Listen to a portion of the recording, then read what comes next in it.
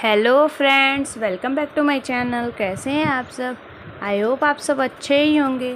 जैसा कि आप सबको पता है, ये हमारी एसएसटी की सीरीज़ चल रही है।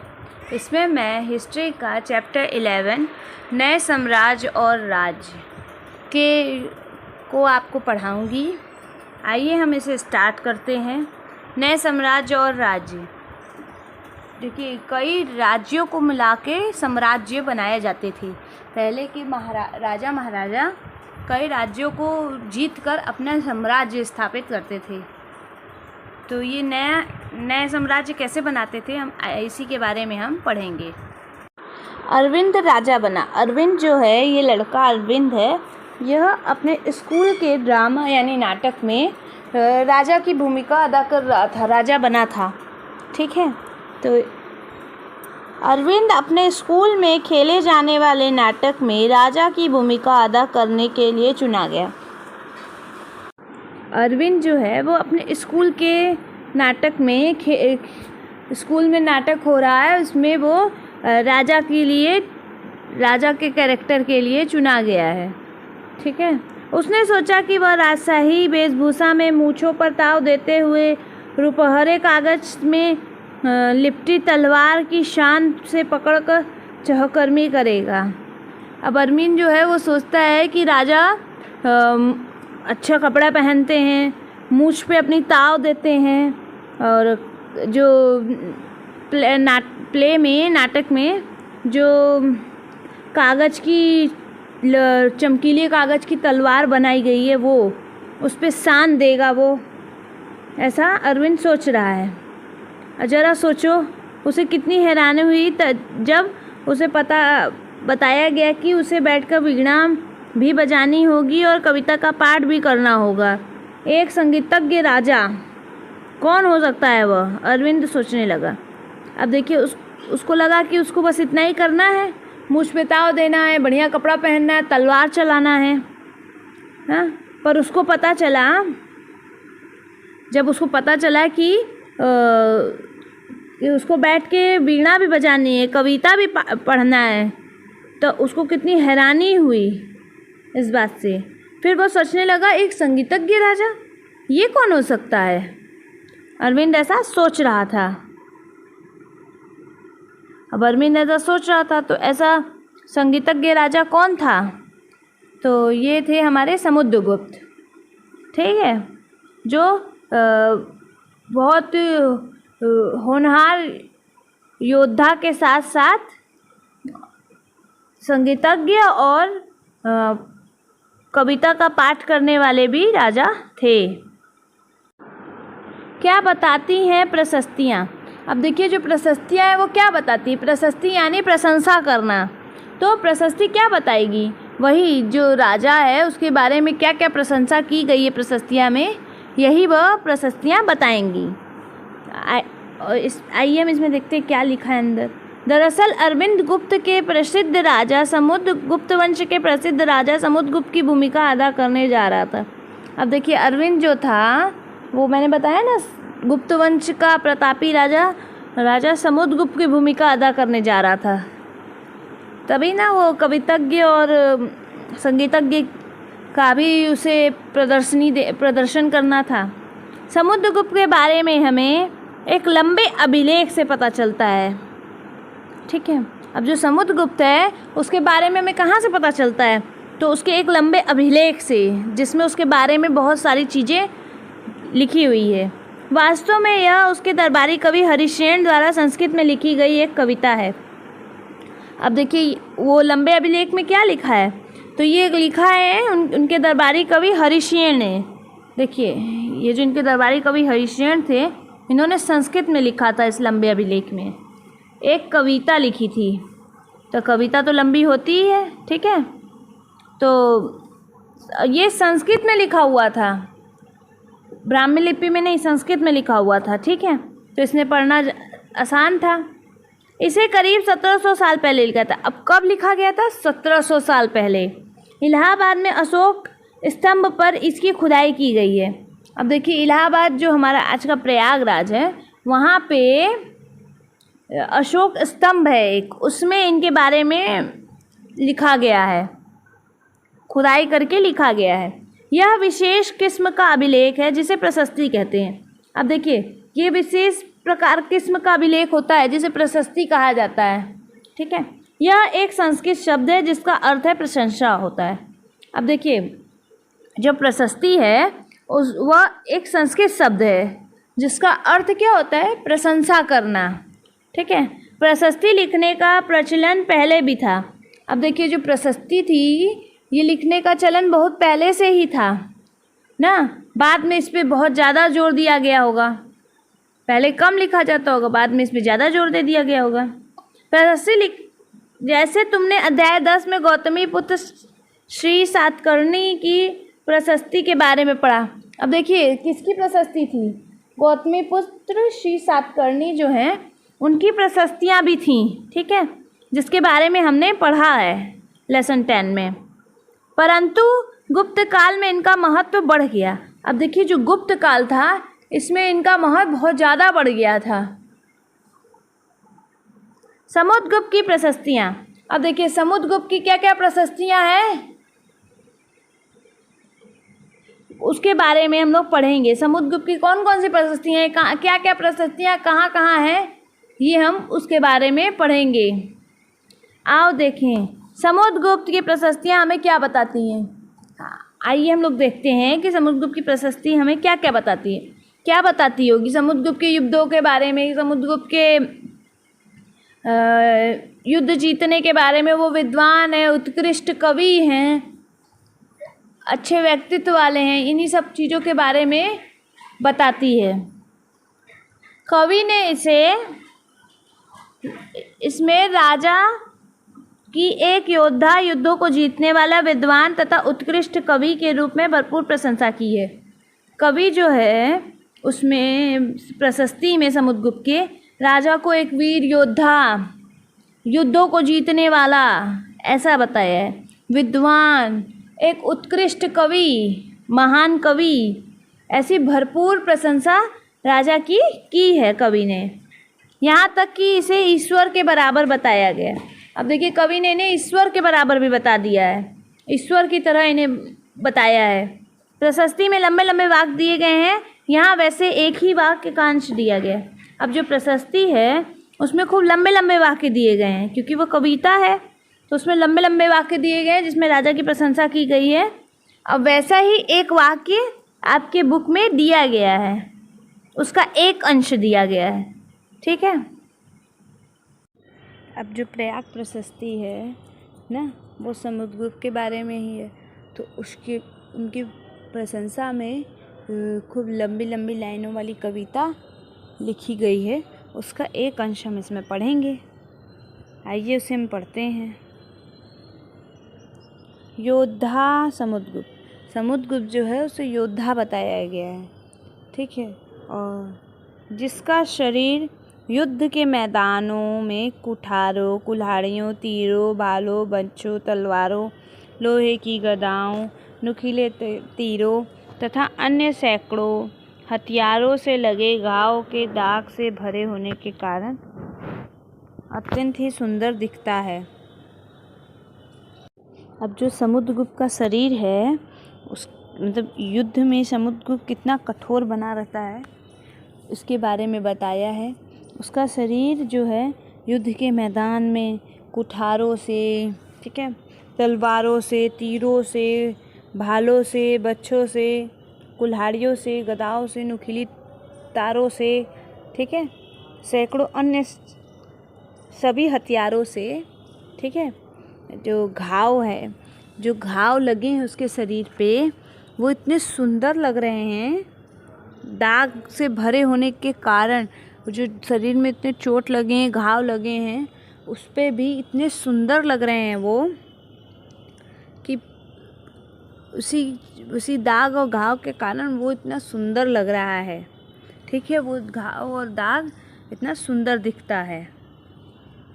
यह वर्णन तुम्हें उस राजा के बारे में क्या बताता है, राजा किस प्रकार युद्ध लड़ते थे। अब देखिए, जो वर्णन दिया है यानी जो मतलब जो राजा था वो अपने सैनिकों के साथ युद्ध में जाता था। ये नहीं कि अपने सैनिकों को भेज के अपने युद्ध नहीं करता था। राजा भी समुद्रगुप्त जो था वो भी अपने सैनिकों के साथ, मंत्रियों के साथ युद्ध में जाता था, युद्ध लड़ता था।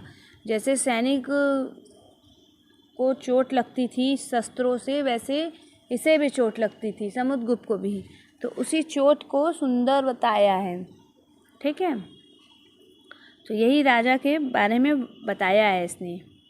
और अब उस प्रकार बहुत तरह से किस प्रकार मतलब उस समय किस तरह का युद्ध लड़ा जाता था, तो उस समय बहुत तरह का युद्ध लड़ा जाता था, समझी। जैसे कई नीतियाँ युद्ध की चलती थीं, जैसे आगे से, पीछे से, दोनों तरफ से हमला करना, छुप के वार करना, इसी तरह की कई नीतियाँ उस समय चलती थी युद्ध की।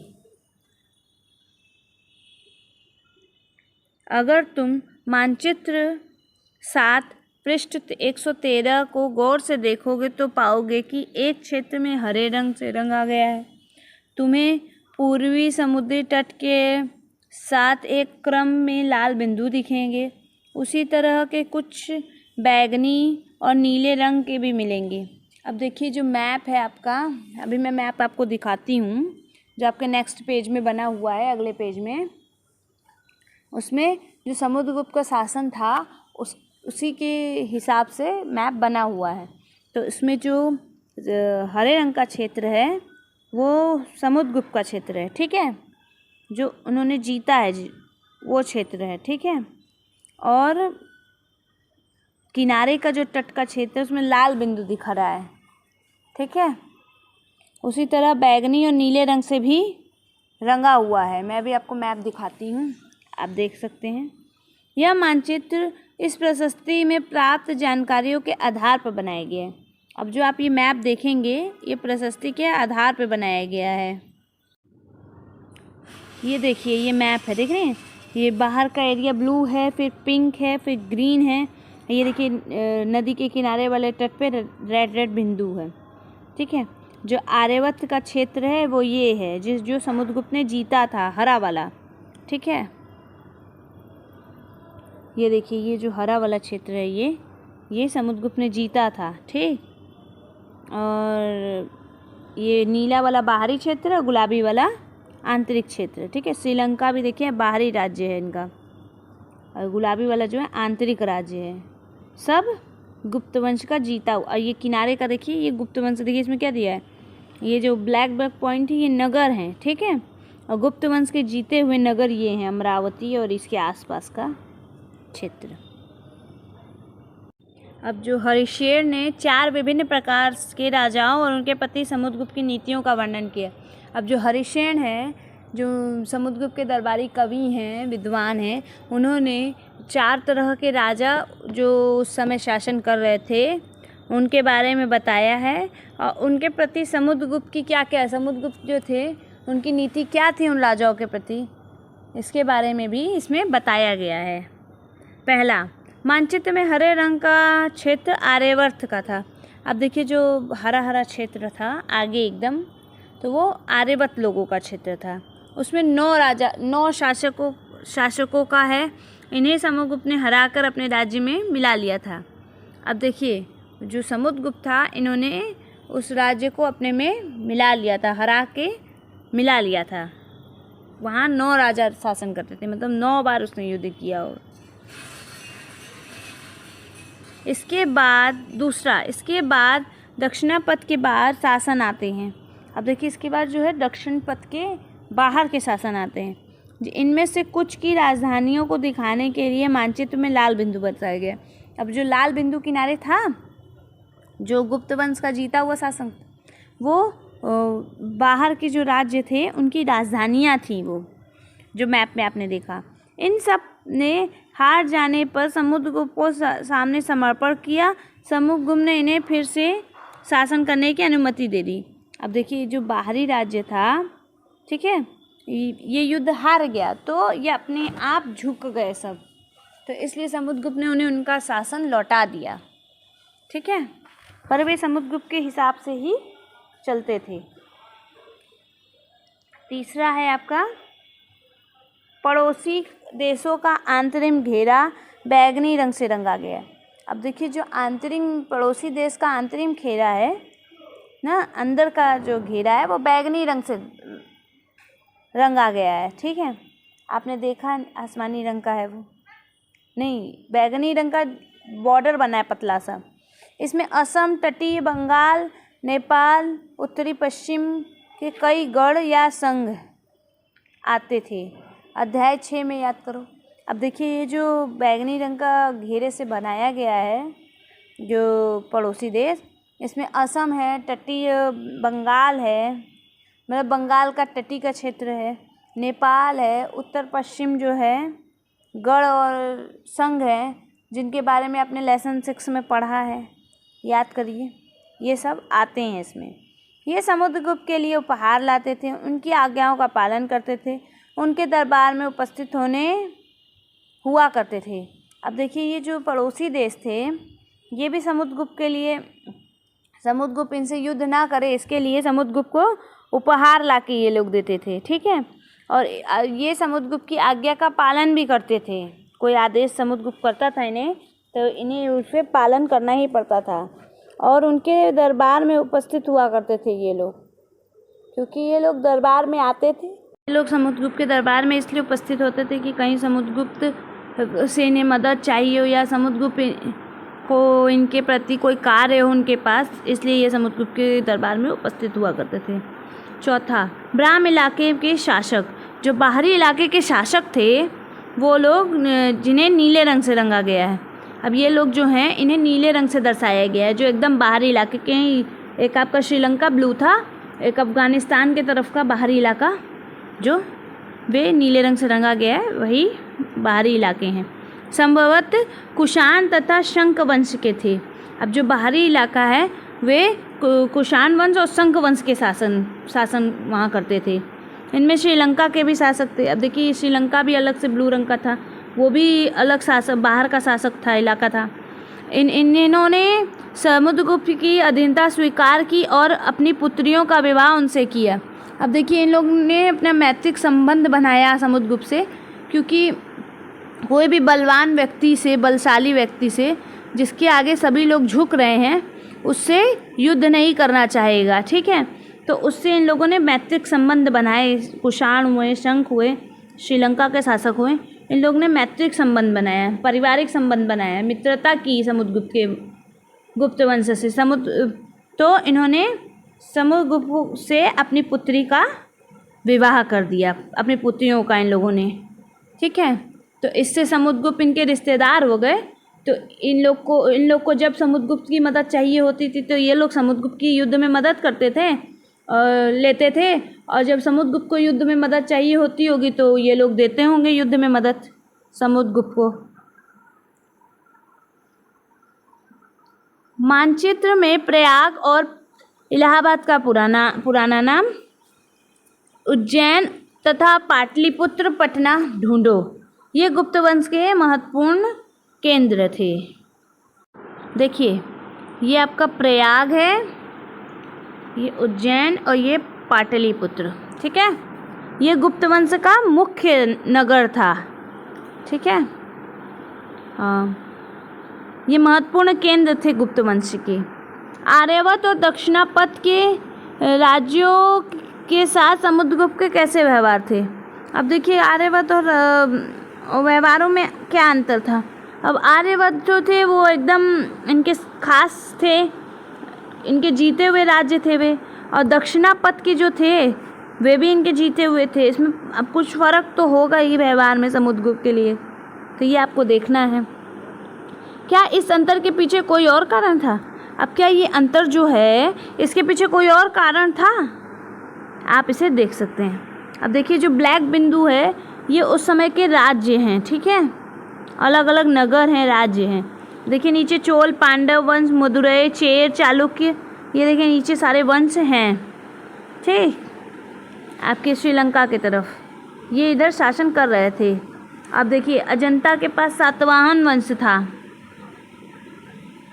ये सब राजवंश अलग अलग शासन कर रहे थे और समुद्रगुप्त की हमेशा मदद करते थे। ये देखिए ये आपका सिक्का है, ये बीड़ा बजाने वाला राजा, ये देखिए ये जो पहले सिक्के का फ़ोटो है ऊपर वाला, इसमें देखिए ये बीड़ा बजा रहे हैं राजा, यानी ये समुद्रगुप्त हैं। ठीक है, समुद्रगुप्त के कुछ अन्य गुणों को सिक्के पर दर्शाया गया है, जैसे कि इन सिक्कों में उन्हें वीणा बजाते हुए दिखाया गया है। अब देखिए जो समुद्रगुप्त का सिक्का है उसमें उनके अन्य गुणों के बारे में भी बताया गया है, वो वीणा बजाते हुए भी इनका सिक्का है, इसे आप देख सकते हैं। ठीक है, वंशावली। अब देखिए कोई भी राज व्यवस्था थी तो इसमें वंशावली राजा बनता था, यानी जो राजा होता था उसका बड़ा पुत्र ही राजा बनता था। ठीक है, तो वंश के फिर उसका पुत्र, उसका पुत्र, उसका पुत्र, इस तरह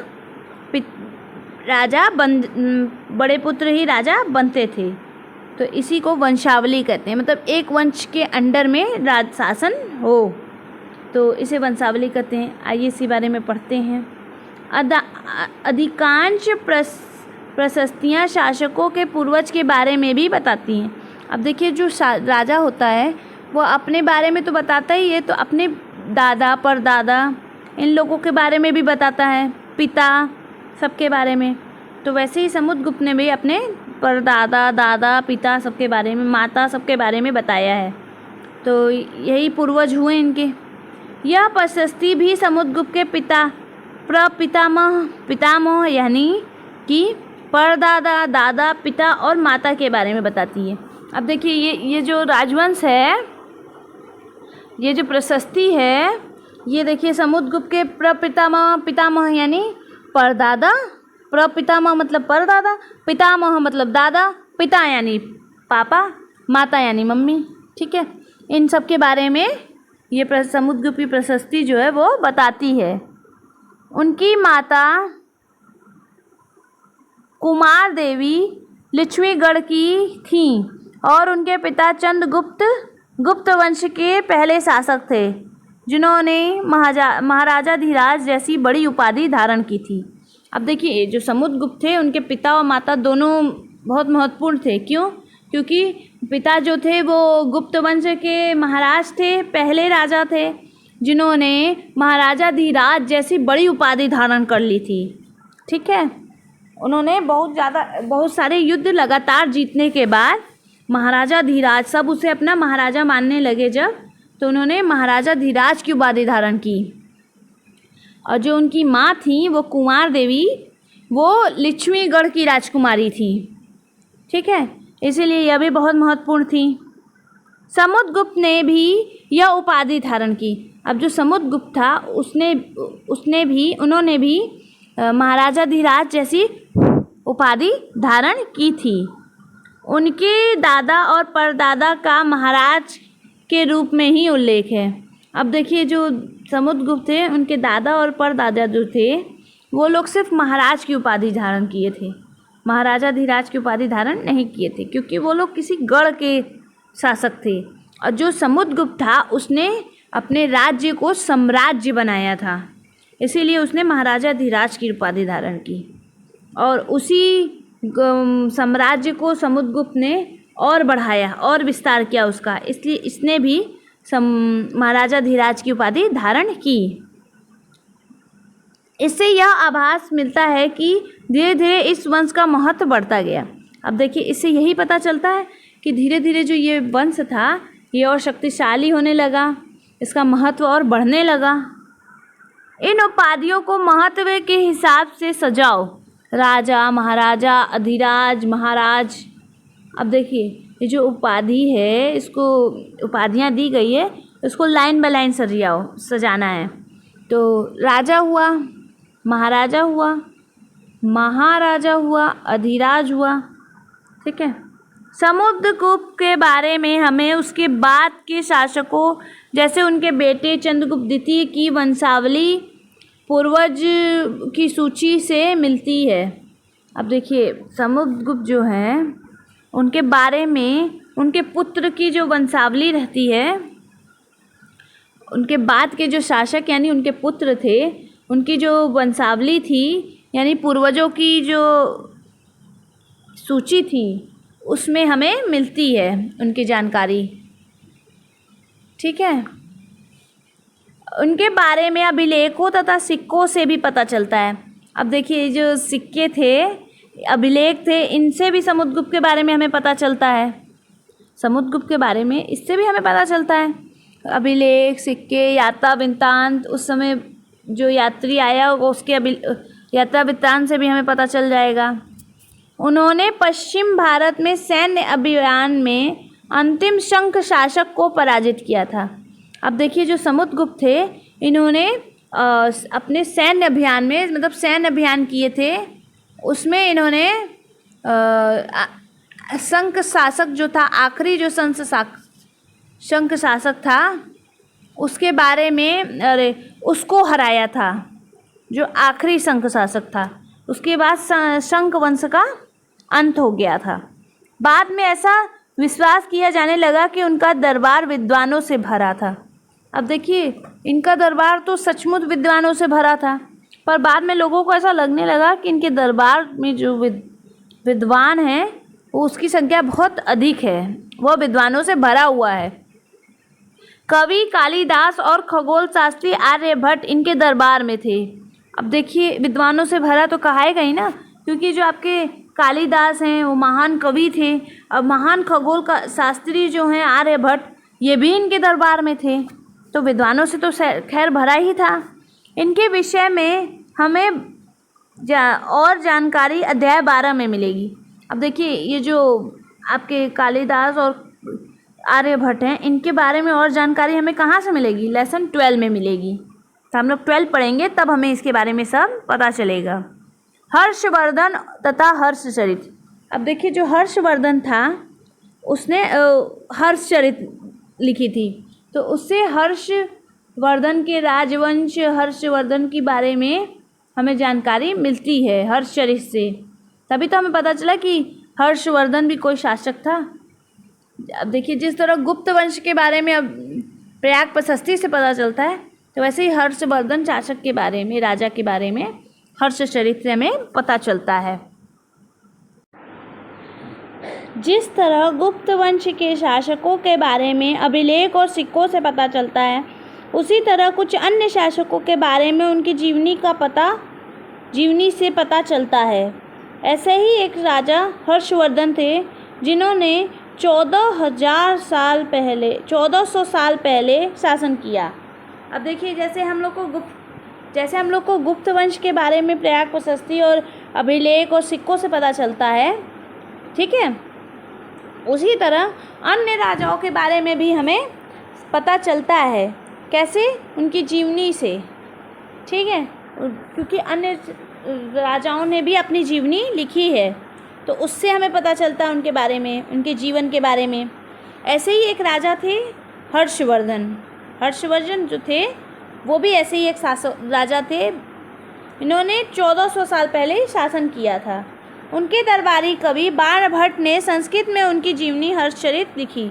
अब देखिए इनके दरबार में भी कवि थे जिनका नाम बाणभट्ट था, तो उन्होंने हर्षवर्धन के बारे में हर्षचरित में लिखा उनकी जीवनी। इसमें हर्षवर्धन की वंशावली देते हुए उनके राजा बनने तक का वर्णन है। अब देखिए जो हर्षचरित है उसमें हर्षवर्धन के वंशावली के बारे में भी दिया गया है और वो राजा कैसे बने इस सब के बारे में भी दिया गया है। चीनी तीर्थयात्री श्वेंग त्सांग, इनके बारे में तुमने अध्याय 10 में पढ़ा है। काफ़ी समय के लिए हर्ष के दरबार में रहे। इन्होंने वहाँ से जो कुछ देखा उसका विस्तृत वर्णन दिया है।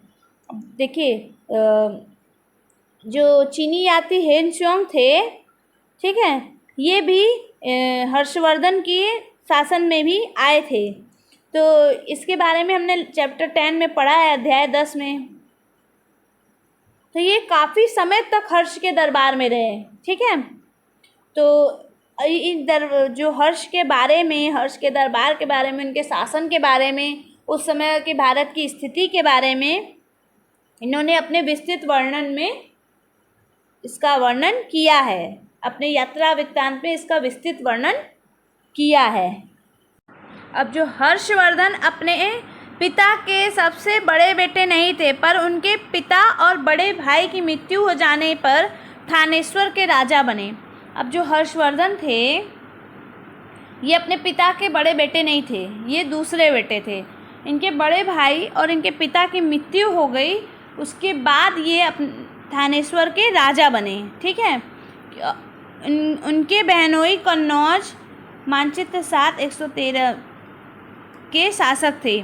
अब देखिए मानचित्र 7 में देखिए जो कन्नौज दिखा रहा है वो उनके बहनोई थे। ठीक है, बहनोई उनके वहाँ के शासक थे। जब बंगाल के शासक ने उन्हें मार डाला तो हर्षवर्धन ने कन्नौज को अपने अधीन किया और बंगाल पर आक्रमण कर लिया। देखिए जब इनके भाई मर गए, पिता मर चुके थे, फिर भाई मरे हर्षवर्धन के, तो उसके बाद इनके जो बहनोई थे जो कन्नौज के राजा थे, तो उनको बंगाल के शासक ने उन्हें धोखे से मार दिया था।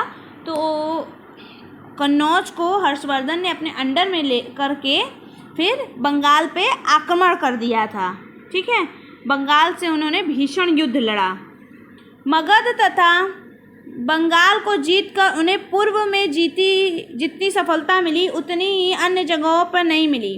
अब देखिए मगध को उन्होंने जीता, फिर बंगाल को जीता, उसके बाद पूर्व में जितनी इनको सफलता मिली उतनी अन्य कहीं जगह नहीं मिली, क्योंकि इनसे भी प्रतापी राजा थे। जब इन्होंने नर्मदा को पार कर ढक्कन की ओर आगे बढ़ने की कोशिश की, तब चालुक्य नरेश पुलकेशिन द्वितीय ने इन्हें रोक लिया। अब देखिए मगध और बंगाल तो ये जीत चुके थे, पूर्वी तरफ ये जीतते जा रहे थे, परंतु जब अन्य जगह पे जब इन्होंने नर्मदा नदी पार करके ढक्कन की ओर ये बढ़ने लगे आगे, तो वहाँ पे चालुक्य नरेश पुलकेशिन द्वितीय का शासन था, वहाँ पे उसने इन्हें रोक लिया। ठीक है, मानचित्र 8 देखिए रोक लिया, तो ये उससे आगे नहीं बढ़ पाए थे। तो मानचित्र 8 पेज नंबर 136 को देखो और सूची बनाओ कि जब हर्षवर्धन बंगाल तथा नर्मदा नदी तक गए होंगे तो आज के किन किन राज्यों से गुजरे होंगे। देखिए मतलब आपको ये लिस्ट बनानी है मैप 8 में देख के, जो पेज नंबर 136 में है, कि जो हर्षवर्धन थे वो बंगाल से नर्मदा नदी तक गए, तो इस समय के कौन कौन से राज्य उस वहाँ पे पड़े होंगे, आपको देख के उसकी लिस्ट बनानी है। पल्लव, चालुक्य और पुलकेशिन द्वितीय की प्रशस्तियाँ। अब देखिए पल्लव राजवंश की भी प्रशस्ति मिली, चालुक्य वंश की भी और पुलकेशिन द्वितीय की भी प्रशस्तियाँ मिली हैं। ठीक है, प्रशस्ति यानी राजा की प्रशंसा, राजा के बारे में अच्छी अच्छी बातें उसमें लिखी होती हैं। तो हर वंश के राजाओं की प्रशस्तियाँ मिली हैं, चाहे वो पल्लव हो, चाहे चालुक्य हो, पुलकेशिन द्वितीय हो, गुप्त हो, सातकर्णी हो, सभी के प्रशस्तियाँ हमें मिली हैं। इस काल में पल्लव और चालुक्य दक्षिण भारत के महत्वपूर्ण राजवंश थे। अब देखिए जो पल्लव और चालुक्य हैं ये दक्षिण के महत्वपूर्ण राजवंश थे उस काल में। ठीक है, पल्लवों का राज्य उनकी राजधानी कांचीपुरम के आसपास के क्षेत्र लेकर कावेरी के डेल्टा तक फैला था। अब देखिए जो पल्लव वंश थे उनका शासन था, कांचीपुरम उनकी राजधानी थी और उसके आसपास के क्षेत्र इनका राज्य था और कावेरी नदी के डेल्टा तक था। जबकि चालुक्यों का राज्य कृष्णा से तुंगभद्रा नदी के बीच में था। अब देखिए जो कृष्णा नदी और तुंगभद्रा नदी थी उसके बीच में चालुक्यों का शासन था और कावेरी नदी के डेल्टा से और कांचीपुरम के आसपास जो था वो पल्लवों का था। ठीक है, चालुक्यों की राजधानी ऐहोल थी। अब जो चालुक्य वंश थे इनकी राजधानी कौन सी थी? ऐहोल थी। यह एक प्रमुख व्यापारी केंद्र था। मानचित्र 7 पेज नंबर 113।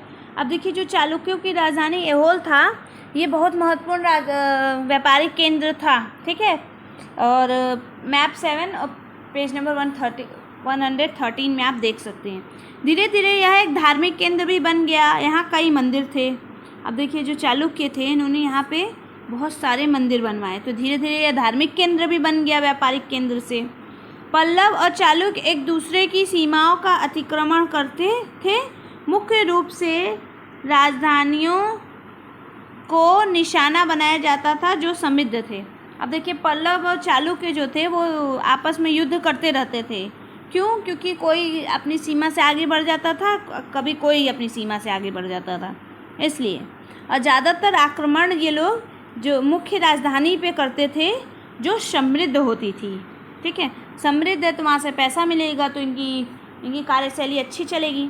पुलकेशिन द्वितीय सबसे प्रसिद्ध चालुक्य राजा थे। अब तो देखिए, पुलकेशिन द्वितीय हैं, वो सबसे प्रसिद्ध चालुक्य राजा थे उस समय के। उनके बारे में हमें उनके दरबारी कवि रवि कीर्ति द्वारा रचित प्रशस्ति से पता चलता है। जो रवि कीर्ति हैं, ये पुलकेशिन द्वितीय के दरबारी कवि थे। उनके जो रवि कीर्ति जिन्होंने जो प्रशस्ति लिखी है, उससे हमें पुलकेशिन द्वितीय के बारे में पता चलता है। इसमें इनके पूर्वज खास तौर से पिछली 4 पीढ़ियों के बारे में बताया गया है। अब देखिए, जो इनके पूर्वज थे, जो रवि कीर्ति की रचित प्रशस्ति थी, उसमें पुलकेशिन द्वितीय की 4 पीढ़ियों के बारे में बताया गया है खास तौर से। ठीक है, पुलकेशिन द्वितीय को अपने चाचा से यह राज्य मिला था। अब देखिए, पुलकेशिन द्वितीय जो थे उनको उनके चाचा राज्य करते थे, उसके बाद पुलकेशिन द्वितीय को यहाँ का शासन मिला था।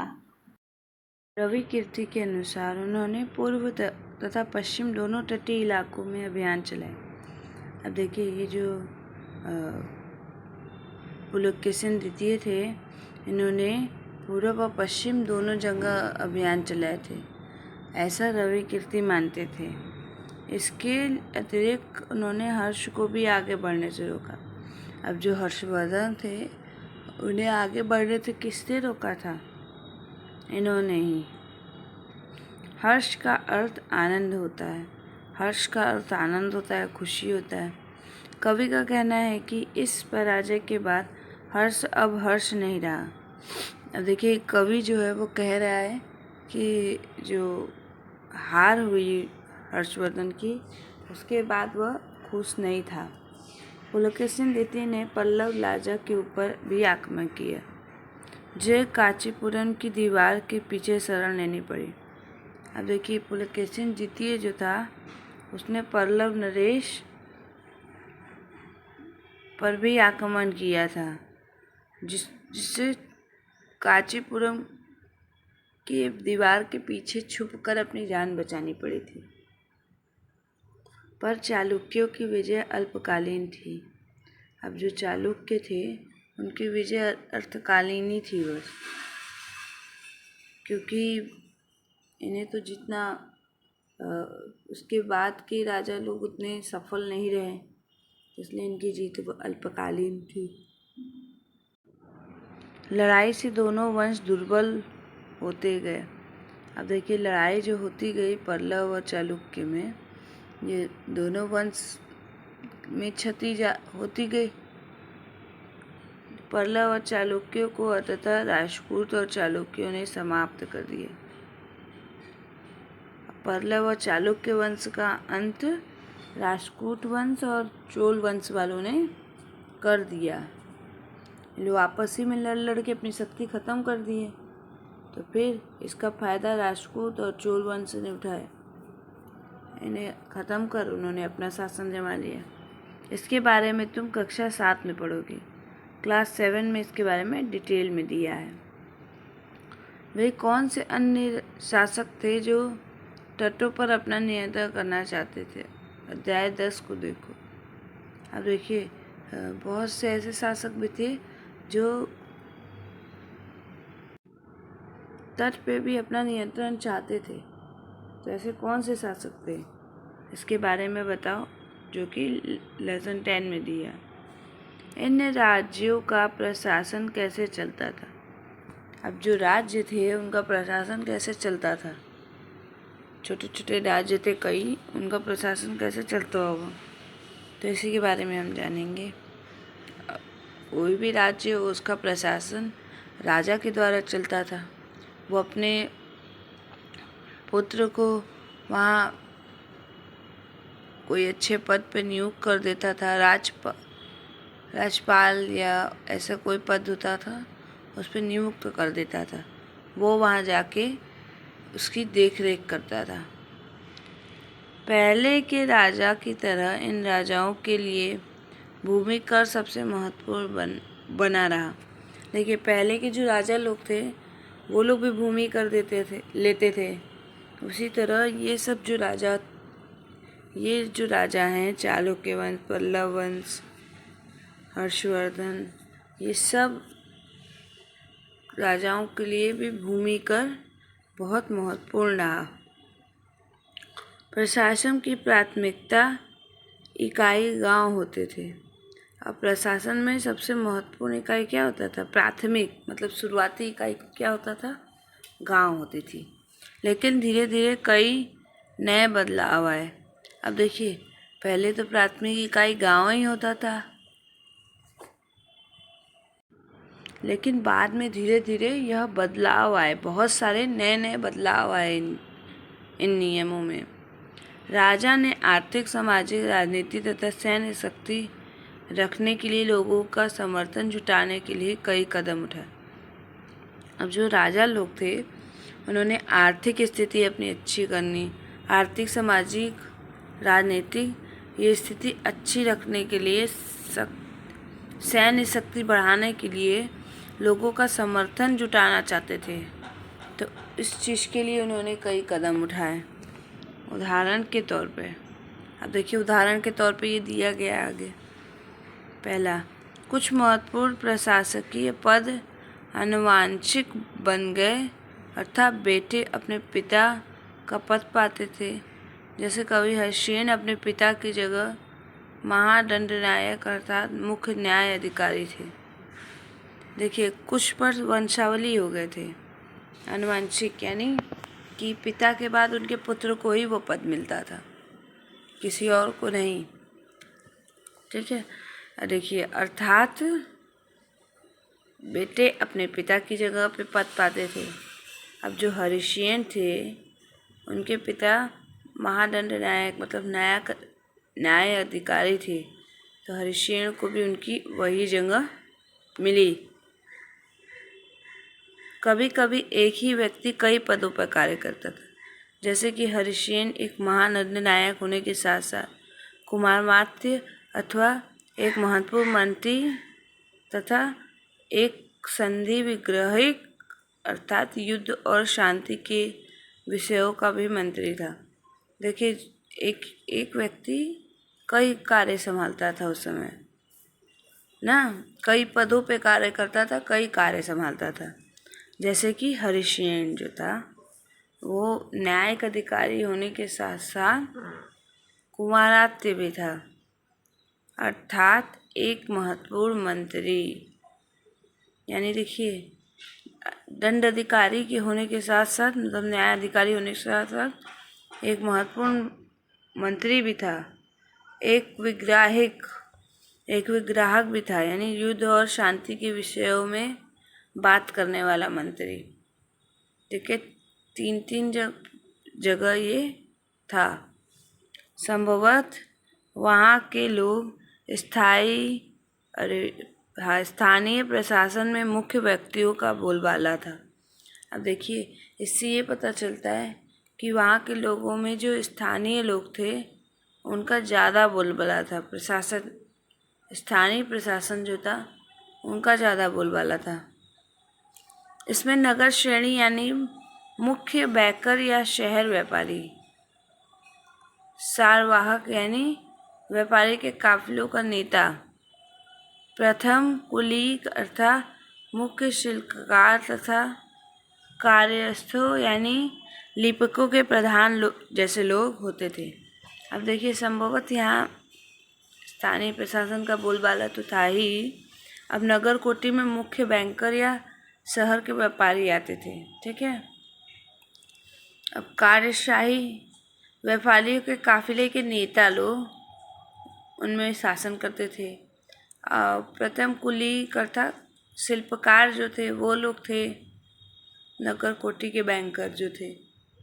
और लिपिक कार्यस्थलों यानी लिपिक के प्रधान जैसे लोग होते थे। मतलब सब के प्रधान जो मुख्य मुख्य लोग होते हैं नगर में, उनके प्रधान बैंकर होते थे, मुख्य बैंकर, श्रेष्ठ लोग नगर के। अब देखिए कौन कौन श्रेष्ठ हैं। शहर के व्यापारी, व्यापारी के नेता, शिल्पकार, लिपिकों के प्रधान, ठीक है, ये लोग मुख्य होते थे। इस तरह की नीतियाँ कुछ हद तक प्रभावशाली होती थी।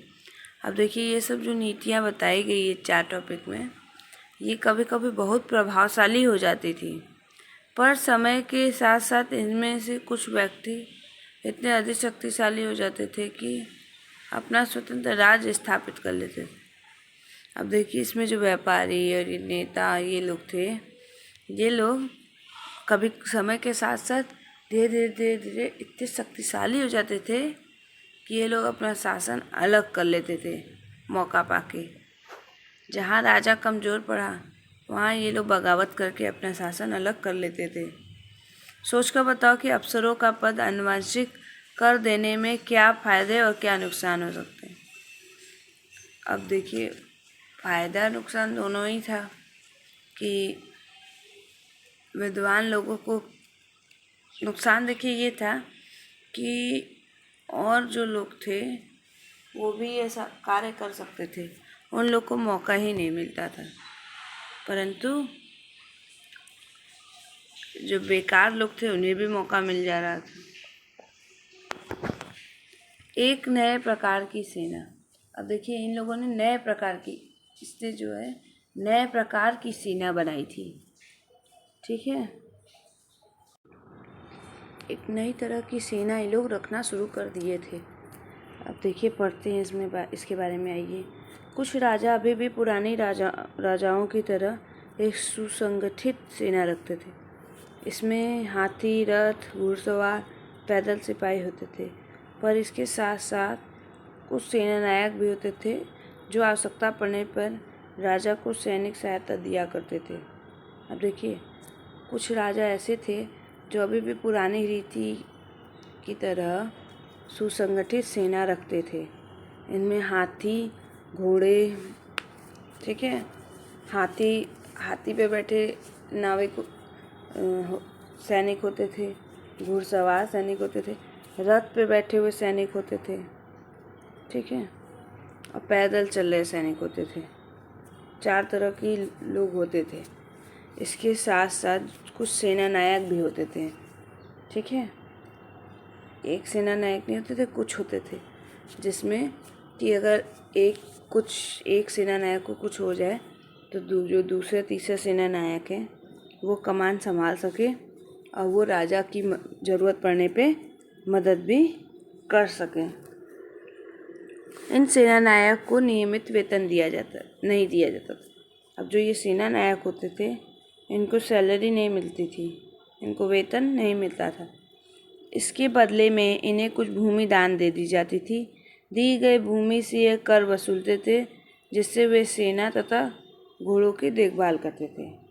अब देखिए जो सेनानायक थे इनको थोड़ी सी भूमि दे दी जाती थी दान में, तो वो भूमि से ये कर वसूलते थे, टैक्स, भूमि कर, ठीक है। तो उससे ये अपने सेना की और घोड़े की देखभाल करते थे। साथ ही वे इससे युद्ध के हथियार जुटाते थे। इस तरह व्यक्ति सामंग कहलाते थे। अब देखिए जो सामंग होते थे वे अपनी सेना की रक्षा, सेना के लिए पैसे की व्यवस्था करते थे, घोड़ों के लिए करते थे, हथियार जुटाते थे, यही सामंग होते थे। सामंत, ठीक है, जहाँ कहीं भी शासक दुर्लभ होते थे ये सामंत स्वयं स्वतंत्र होने की कोशिश करते थे। अब देखिए जो जहाँ राजा जो है थोड़ा सा भी दुर्बल पड़ता था, ये सामंत उसे अपने आप को स्वतंत्र कर लेते थे और राजा के शासन को हड़प लेते थे। ये जो सामंत होते थे, जहाँ राजा कमज़ोर पड़ता था, ठीक है, ये लोग अपना शासन स्वतंत्र करने की कोशिश करते थे, क्योंकि वहाँ के जो लोग थे, जनता थी, वो इनके कहे में थी, तो ये लोग आराम से अपना शासन स्वतंत्र कर लेते थे। दक्षिण के राज्यों में सभाएं। अब देखिए, जो दक्षिण राज्य था, इसमें सभाएं होती थी। वो कैसी थी, आइए इसके बारे में पढ़ते हैं। पल्लवों के अभिलेख में कई स्थानीय सभाओं की चर्चा है। देखिए, पल्लव वंश जो है वो दक्षिण का है, तो उसके अभिलेखों से पता चलता है कि कई बार यहाँ स्थानीय सभाएं हुई हैं। इनमें से एक था ब्राह्मण भूस्वामियों का संगठन, जिसे सभा कहते थे। अब देखिए, इन लोग में भी सभा और समिति दो प्रकार की संस्थाएं थीं। अब जो ब्राह्मण थे वो भूस्वामी थे, तो उन भूस्वामी को यो का संगठन क्या कहलाता था, सभा कहलाता था। ठीक है, ये सभाएं उप समितियों के जरिए सिंचाई, खेती बाड़ी से जुड़े विभिन्न कार्य, सड़क निर्माण, स्थानीय मंदिरों की देखरेख आदि कार्य करती थी। ठीक है, अब जो ये सभा थी, ये सभा के लोग उपसभापतियों के जरिए अपने लिए समिति बनवाते थे। उसके जरिए ये लोग सिंचाई करते थे, ठीक है, खेती बाड़ी करते थे, उससे जुड़े अन्य को कार्य जो होते हैं वो करते थे, सड़क बनवाते थे, स्थानीय लोगों के लिए मंदिर की देखरेख करते थे। वहाँ स्थानीय जो मंदिर था मुख्य, उसकी देखरेख भी करते थे ये लोग। जिन इलाकों में भूस्वामी ब्राह्मण नहीं होते थे, वहाँ उर नाम का ग्राम सभा होने की बात कही गई है। अब देखिए, जिन स्थान पे भूस्वामी जो था वो ब्राह्मण नहीं होता था, अगर ब्राह्मण वहाँ का भूस्वामी नहीं है, तो वहाँ उर नाम की ग्राम सभा होने की बात कही गई है। उर नाम की ग्राम सभा थी वहाँ। नगरम व्यापारियों के एक संगठन का नाम था। अब देखिए, यहाँ व्यापारी संगठन का नाम भी नगरम है। ठीक है, यह एक व्यापारियों का संगठन होता था। संभवतः इन सभाओं पर धनी तथा शक्तिशाली भूस्वामी और व्यापारियों का नियंत्रण था। अब देखिए, ये जो सभा थी, इसमें धनी शक्तिशाली भूस्वामी या तो शासन करते थे या व्यापारियों का नियंत्रण में था ये। इनमें से बहुत सी स्थानीय सभाएं शताब्दियों तक करती रहीं। अब देखिए, ये जो सभा थी, इसमें स्थानीय जो सभा होती थी ना, ये शताब्दियों तक काम करती रही होंगी। शताब्दी तक वे लोग वहाँ नियंत्रण करते रहते थे। ठीक है, उस ज़माने के आम लोग। अब जो वो ज़माना था, उस ज़माने के आम लोग कैसे थे, अब हम ये पढ़ेंगे। जनसाधारण से जीवन की थोड़ी बहुत झलक इन नाटकों तथा अन्य स्रोतों से मिलती है। चलो इसके कुछ उदाहरण देखते हैं। अब देखिए, जो जनसाधारण लोग थे, उनके जीवन की थोड़ी बहुत झलक जो है वो हमें यहाँ के नाटक और कुछ अन्य स्रोत से पता चलता है। आइए इसका एक उदाहरण पढ़ते हैं। कालिदास अपने नाटक में राज दरबार के जीवन के चित्रण के लिए प्रसिद्ध है। अब जो कालिदास थे, वो नाटकों और राज दरबार के जो चित्र होते थे, जीवन के चित्र होते थे, उसके लिए वो बहुत प्रसिद्ध था। इन नाटकों में एक रोचक बात यह है कि राजा और अधिकांश ब्राह्मणों को संस्कृत बोलते हुए दिखाया गया है, जबकि अन्य लोग, महिलाएं प्राकृतिक बोलते हुए दिखाई गई हैं। अब देखिए, ये जो नाटक है, इसमें सबसे रोचक मज़ेदार बात ये है कि राजा और उसके जो अधिकारी होते थे ब्राह्मण, वे संस्कृत में बात किया करते थे, परंतु जो जनता थी वो और वहाँ की महिलाएं थी वो प्राकृतिक भाषा बोलती हुई दिखाई गई। उनका सबसे प्रसिद्ध नाटक अभिज्ञान शाकुंतलम दुष्यंत नामक एक राजा और शकुंतला नामक एक युवती की प्रेम की कहानी है। इस नाटक में एक गरीब मछुआरे के साथ राजकर्मियों के दुर्व्यवहार की बात भी कही गई है। अब देखिए, इनका सबसे प्रसिद्ध कालिदास जी का नाटक है अभिज्ञान शाकुंतलम। इसमें दुष्यंत और शकुंतला के प्रेम की कहानी बताई गई है। दुष्यंत नाम का युवक शकुंतला नाम की युवती से, दुष्यंत नाम का जो राजा था वो शकुंतला नाम की युवती से बहुत प्रेम करता था। ये उसके बारे में है नाटक। और इसी नाटक में, ठीक है, गरीब मछुआरे पे राज कर्मचारी जो थे वो कैसे दुर्व्यवहार उन लोग के साथ करते थे, बुरा बर्ताव करते थे, ये बात भी कही गई है। अब देखिए, हम पढ़ेंगे एक मछुआरे को एक अंगूठी मिली, इसके बारे में। मतलब एक जो मछुआरा था उसे एक कीमती अंगूठी मिली थी, इसी के ऊपर है ये। एक मछुआरे को एक कीमती अंगूठी मिली। यह अंगूठी राजा ने शकुंतला को भेंट की थी। यानी देखिए, ये अभिज्ञान शाकुंतलम की एक झलक है। तो एक मछुआरा जो था उसे एक कीमती अंगूठी मिलती है, ठीक है। यह अंगूठी राजा ने यानी दुष्यंत ने शकुंतला को भेंट की थी, पर दुर्घटनावश उसे एक मछली निगल गई। अब देखिए, पर एक दुर्घटना हो गई, उस समय हादसा हुआ, उसके कारण वो मछली उस अंगूठी को निगल गई।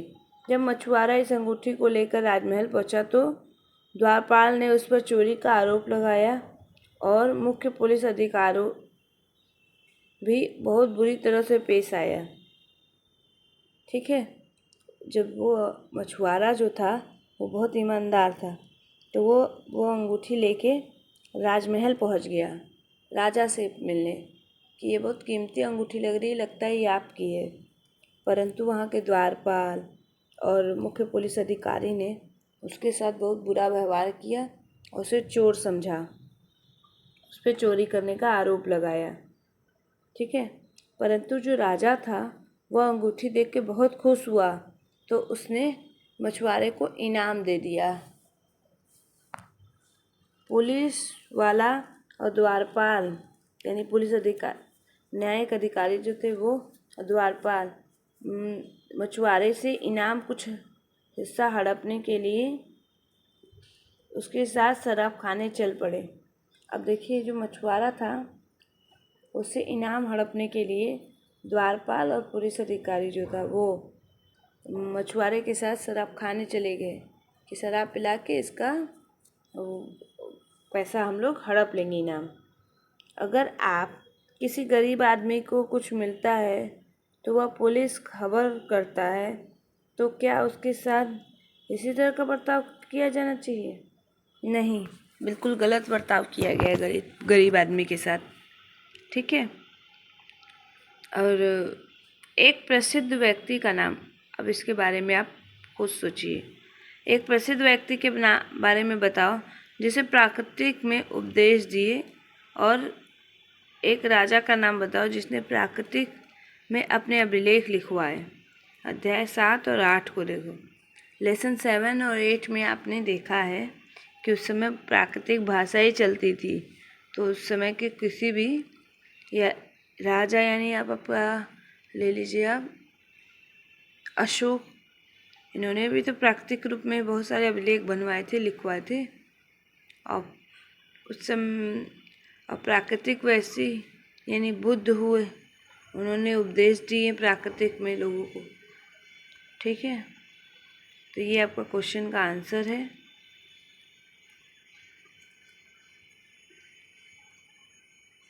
चीनी यात्री फाशिंग का ध्यान उस लोगों की दुर्गति पर भी गया जिन्हें ऊंचे शक्तिशाली लोग अछूत मानते थे और नगर के बाहर, शहरों के बाहर उन्हें रहना पड़ता था। अब जो उस समय यात्री आया था फाशियन, उसका ध्यान यहाँ की बुरे चीज़ों पे भी गया। क्यों? कि उस समय के लोग जो अछूत लोग होते थे उनके साथ बहुत बुरा व्यवहार करते थे। ऊंचे अधिकारी जो होते थे, शक्तिशाली, जिनके पास बहुत धन और संपत्ति होती थी, तो वे लोग ऐसे लोगों के साथ बहुत बुरा व्यवहार करते थे और उन्हें शहर से बाहर रहना पड़ता था, उन लोगों को जो छूते लोग होते थे। वे लिखते हैं, अब जो फ्यासियन है वो लिखते हैं, अगर इन लोगों को शहर या बाजार के भीतर आना होता तो सभी को आगाह करने के लिए लकड़ी के एक टुकड़े पर चोट करते रहते थे। यह सुनकर लोग सतर्क होकर अपने को छू जाने या किसी भी प्रकार के संपर्क से बचाते थे।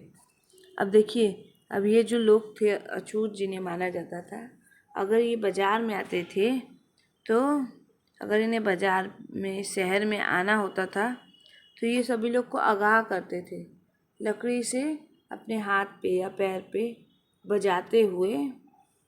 ठीक है, ये आते थे।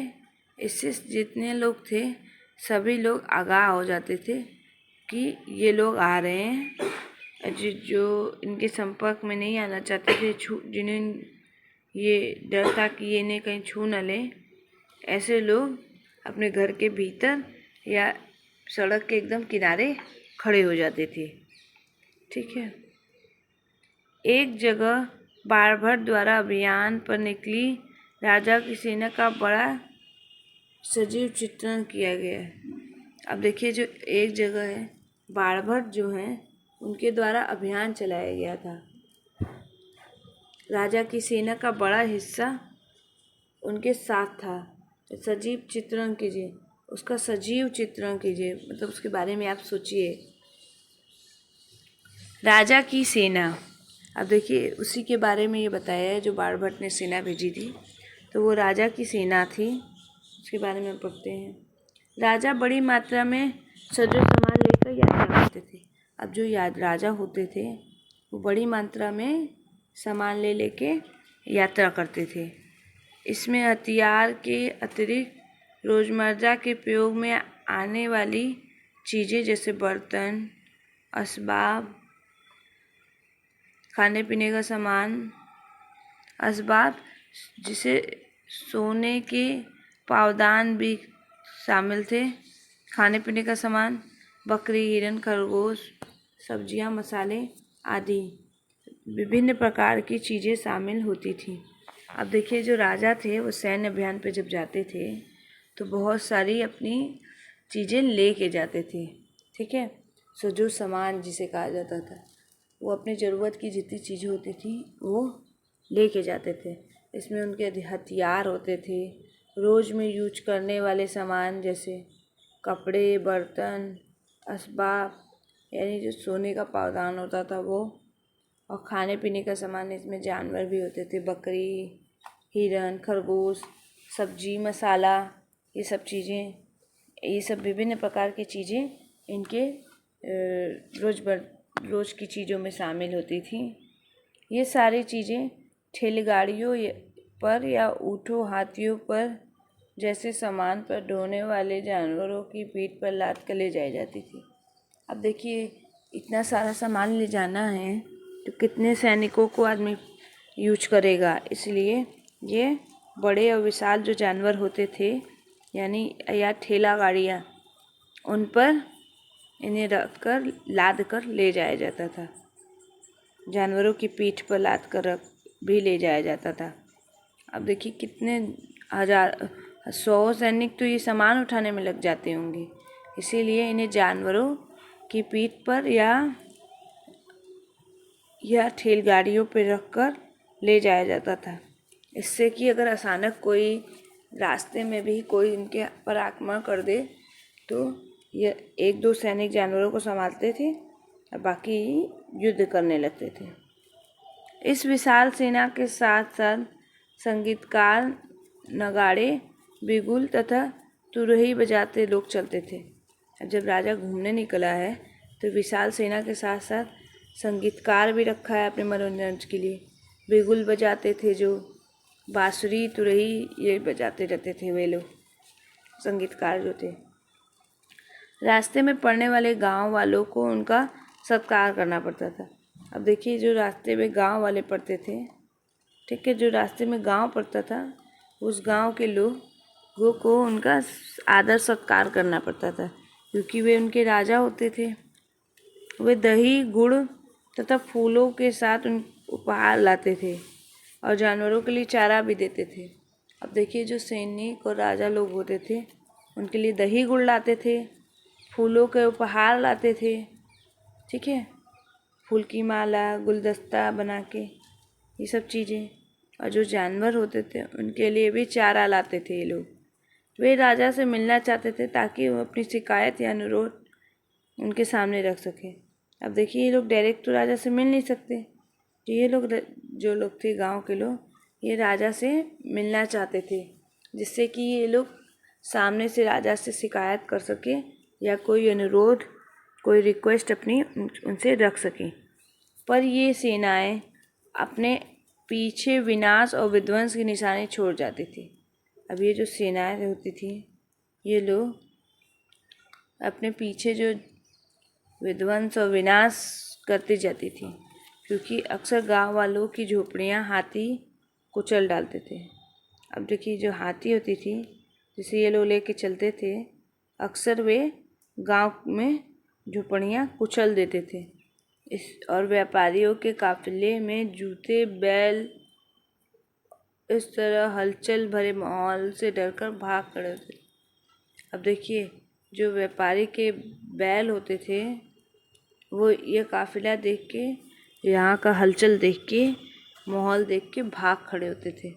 इस तरह किसान और गांव वाले दोनों को बहुत इस यात्रा के बाद बहुत कठिनाइयों का सामना करना पड़ता होगा। इसीलिए सेना अपने पीछे पीछे विध्वंस और विनाश की निशानी छोड़ जाती थी, क्योंकि उसके बाद वहाँ सब नष्ट हो जाता था ज़्यादातर। बार बार लिखते हैं, पूरी दुनिया धूल के गर्त में डूब जाती थी।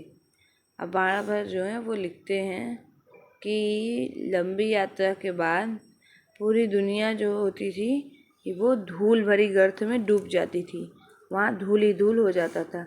सेना के साथ ले जाने वाली चीज़ों की सूची बनाओ। अब देखिए, जो सेना जो सामान ले जाती थी, जैसे खाने पीने का सामान, कपड़े, बर्तन, हथियार, और जो राजा को प्रिय होती थी वो सब चीज़ें, वो सब चीज़ का लिस्ट बनाओ। ग्रामवासी राजा के लिए क्या क्या लेकर आते थे। अब देखिए, गांव वाले जो थे, वो राजा के लिए दही, गुड़, फूल के उपहार, यही सब जो ऊपर पैराग्राफ में दिया, यही सब लाते थे। और इसके बारे में हम आगे पढ़ सकते हैं। अन्यंत मतलब इसके बारे में। अब देखिए, हमने बहुत हर लेसन के बाद कुछ नया हर लेसन में जाना पाठ में, ठीक है।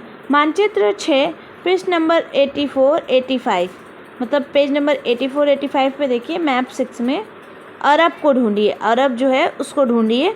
मरुस्थली होते हुए भी सदियों से अरब यातायात का एक बड़ा केंद्र था। देखिए, मरुस्थल मतलब रेगिस्तान होने के बाद भी, मरुभूमि यानी रेगिस्तान की भूमि होने के बावजूद ना, जो अरब सागर है, अरब है, ठीक है, वो यातायात का बहुत बड़ा केंद्र है, यानी यातायात आने जाने का। दरअसल अरब व्यापारी तथा नाविक ने भारत और यूरोप, देखो पृष्ठ 100 के बीच में समुद्री व्यापार बढ़ाने के लिए महत्वपूर्ण भूमिका निभाई थी। अब देखिए, जो अरब जो रास्ता है, यातायात का साधन है, क्योंकि भाई कोई भी देश को जोड़ने वाला देश जो है वो यातायात का साधन बन जाता है, केंद्र बन जाता है। तो व्यापारी और नाविक जो थे, जो भारत और यूरोप में के बीच समुद्री यात्रा बढ़ाने के लिए अरब ने बहुत बड़ी भूमिका निभाई थी। अरब में रहने वाले अन्य लोगों में बेदुइन थे, जो घुमक्कड़ कबीले के होते थे। देखिए, जो अरब में रहने वाले लोग थे, रहने वाले अन्य लोग जो बेदुई होते थे, इन लोग को बेदुई कहा जाता था। तो वे घुमक्कड़ कबीले के होते थे, ठीक है। तो वही यहाँ से वहाँ यात्रा करते रहते थे। ये मुख्य रूप से ऊँटों पर आश्रित होते थे, क्योंकि यह एक ऐसा मजबूत जानवर है जो मरुभूमि में भी स्वस्थ रहता था। देखिए, अब ये लोग मुख्य रूप से ऊँट पे आश्रित होते थे। क्यों? क्योंकि जो मरुस्थल भूमि होती है उसी को मरुभूमि कहा गया है। तो वही वहाँ पे सबसे ज़्यादा महत्वपूर्ण जानवर ऊँट होता है। ऊँट को ही मरुस्थल का जहाज भी बोला जाता है, और उसको प्यास भी नहीं लगती जल्दी, और वो मजबूत भी होता है, तो अब वो जल्दी बीमार भी नहीं पड़ता, इसलिए वो सबसे अच्छा साधन होता है। लगभग 1400 साल पहले पैगंबर मोहम्मद ने अरब से इस्लाम नामक एक नए धर्म की शुरुआत की थी। अब देखिए, जो पैगंबर साहब थे, ठीक है, 1400 साल पहले पैगंबर मोहम्मद ने अरब में, यानी आपका इस्लाम धर्म अरब से आया है, ठीक है, इस्लाम नाम का नया धर्म की शुरुआत की थी। अब देखिए यहाँ पे क्या बता रहा है, इस्लाम धर्म के बारे में बता रहा है ना। तो उसकी शुरुआत किसने की थी? पैगंबर मोहम्मद ने 1400 साल पहले। इस्लाम धर्म की इस तरह ने भी अल्लाह को सर्वोपरि माना। इनके बाद सभी को समान माना गया है। इस्लाम धर्म की तरह इस्लाम ने भी अल्लाह को सर्वोपरि माना। देखिए, ईसाई धर्म की तरह इस्लाम धर्म के लोगों ने भी जो अल्लाह होते हैं उनको सबसे ऊपर माना, सर्वोपरि, सबसे ऊपर। उसके बाद सभी को समान माना गया, ठीक है। मतलब जैसे कि अल्लाह जो थे वो सबसे ऊपर होते थे, और उसके बाद जितने भी लोग होते थे वो एक समान होते थे। यहाँ इस्लाम धर्म के पवित्र ग्रंथ कुरान का एक अंश दिया हुआ है। अब देखिए, इस्लाम धर्म का पवित्र ग्रंथ कौन सा होता है? वो कुरान होता है, ठीक है। उसका एक अंश यहाँ आपको दिया हुआ है। देखिए, ये पैराग्राफ में, एक पैराग्राफ पूरा, ठीक है। तो इसके बारे में हम लोग पढ़ते हैं। मुसलमान स्त्री पुरुषों और पुरुषों के लिए, विश्वास रखने वाले स्त्री पुरुषों के लिए, भक्त स्त्री और पुरुषों के लिए, सच्चे स्त्री और पुरुषों के लिए, धैर्यवान और स्थिर मन के स्त्री और पुरुषों के लिए, दान देने वाले स्त्री और पुरुषों के लिए, उपवास रखने वाले स्त्री पुरुष के लिए, अपनी पवित्रता बनाए रखने के लिए स्त्री पुरुषों के लिए, अल्लाह को हमेशा याद रखने वाले स्त्री पुरुषों के लिए, अल्लाह ने इन सब के लिए ही क्षमा और पुरस्कार रखा है। अब देखिए, मुसलमान जो कुरान है इसमें बता रहा है, वो मुसलमान जितने भी स्त्री पुरुष हैं जो एक दूसरे पे विश्वास रखते हैं, जो भक्त होते हैं, सच्चे होते हैं, धैर्यवान होते हैं, अपना मन स्थिर रख सकते हैं, दान कर सकते हैं, उपवास रख सकते हैं, अपने पवित्रता बनाए रख सकते हैं, ऐसे सभी स्त्री पुरुष को अल्लाह को हमेशा याद रखने वाले, ऐसे को अल्लाह हमेशा, इन सब स्त्री पुरुषों को अल्लाह हमेशा क्षमा करते हैं और उन्हें पुरस्कार देते हैं, ठीक है। यानी उनकी कोई भी छोटी गलती हो, उनकी गलतियों पे उन्हें माफ़ कर सकते हैं और उन्हें उनके अच्छे कर्म का पुरस्कार भी देते हैं। तो देखिए, हर जगह यहाँ स्त्री पुरुष ही दिया हुआ है। मुसलमान हो, वो विश्वास रखने वाला हो, भक्त हो ना, अल्लाह का भक्त हो, सच्चे मन का हो, स्थिर मन का हो, दान देने वाला हो, उपवास करने वाला हो, अपनी पवित्रता बनाए रखने वाला हो, अल्लाह को हमेशा याद करने वाला हो, ये सब गुण उसमें होने चाहिए, तब जाके अल्लाह उन्हें क्षमा और पुरस्कार देगा। क्षमा और पुरस्कार रखा है सबके लिए, ठीक है। अगले 100 सालों के दौरान इस्लाम उत्तरी अफ्रीका, स्पेन, ईरान और भारत में फैल गया। अब देखिए, अपने इस्लाम धर्म के उदय के 100 साल बाद ही इस्लाम जो धर्म था ये उत्तरी अफ्रीका, स्पेन, ईरान और भारत में सब जगह फैल गया था। अरब नाविक जो इस उपमहाद्वीप को तटीय बस्तियों से पहले से ही परिचित थे, अब इसके साथ इस नए धर्म को भी ले आए। अब देखिए, अरब के जो नाविक होते थे तो वो यहाँ आते थे, ठहरते थे इन बस्तियों में। तट की बस्तियाँ थी ये, तो यहाँ ठहरते थे। तो उस ठहरने के साथ साथ ये अपने साथ इस धर्म को लेके भी आए। मतलब इस धर्म को ये लोग अपना लिया, फिर जहाँ जहाँ गए वहाँ वहाँ इसका प्रचार किए। ठीक है। अरब के सिपाहियों ने करीब 1300 साल पहले सिंध, आज के पाकिस्तान को जीत लिया था। अब देखिए, जो अरब के सिपाही थे उन लोग ने करीब 1300 साल पहले ही सिंध को जीत लिया था, जो कि आज का पाकिस्तान है। मानचित्र में 6 में उन रास्तों को ढूंढो जिससे नाविक तथा सिपाही इस उपमहाद्वीप में आए होंगे।